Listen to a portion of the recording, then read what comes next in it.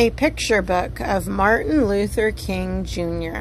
by David A. Adler, illustrated by Robert Casilla.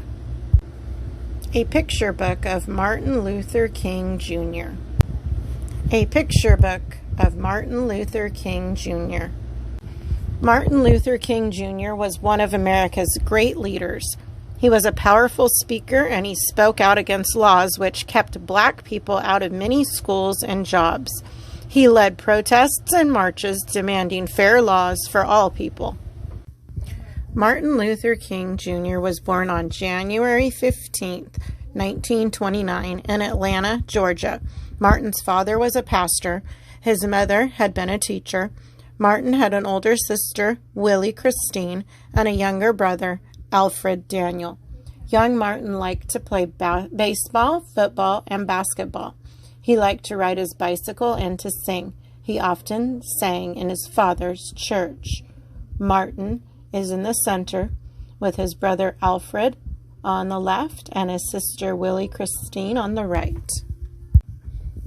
Young Martin played in his backyard with his friends. One day he was told that two of his friends would no longer play with him because they were white and he was black. Martin cried. He didn't understand why the color of his skin should matter to anyone. Martin's mother told him that many years ago, black people were brought in chains to America and sold as slaves. She told him that long before Martin was born, the slaves had been set free. However, there were still some people who did not treat black people fairly. In Atlanta, where Martin lived, and elsewhere in the United States, there were white-only signs. Black people were not allowed in some parks, pools, hotels, restaurants, and even schools. Blacks were kept out of many jobs. Martin learned to read at home before he was old enough to start school. All through his childhood, he read books about black leaders: Frederick Douglass, Harriet Tubman, George Washington Carver.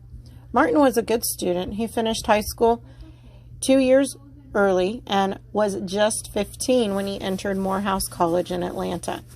At college, Martin decided to become a minister. After Martin was graduated from Morehouse, he studied for a doctorate at Boston University. While he was there, he met Coretta Scott. She was studying music. They fell in love and married.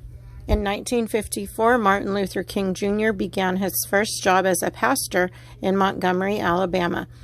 The next year, Rosa Parks, a black woman, was arrested in Montgomery for sitting in the white-only section of a bus. Dr. Martin Luther King led a protest. Blacks throughout the city refused to ride the buses. Dr. King said, "There comes a time when people get tired of being kicked about." One night, while Dr. King was at a meeting, someone threw a bomb into his house. Martin's followers were angry. They wanted to fight. Martin told them to go home peacefully.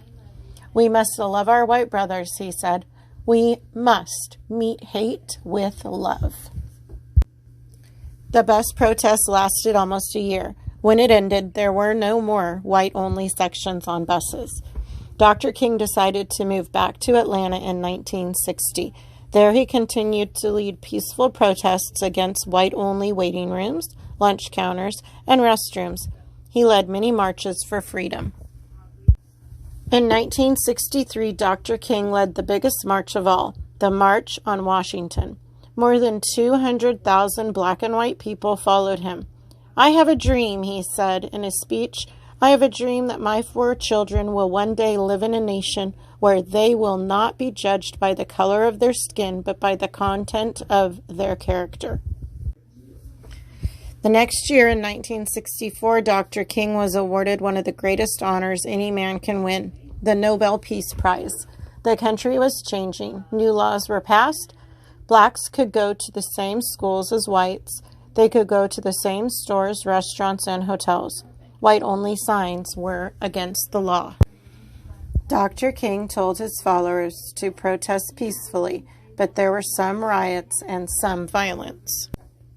Then in April 1968, Dr. King went to Memphis, Tennessee. He planned to march so black and white garbage workers would get the same pay for the same work. On April 4th in Memphis, Dr. King stood outside his motel room. Another man, James Earl Ray, was hiding nearby. He pointed a rifle at Dr. King. He fired the gun. An hour later, Dr. King was dead. Martin Luther King Jr. dreamed of a world free of hate, prejudice, and violence.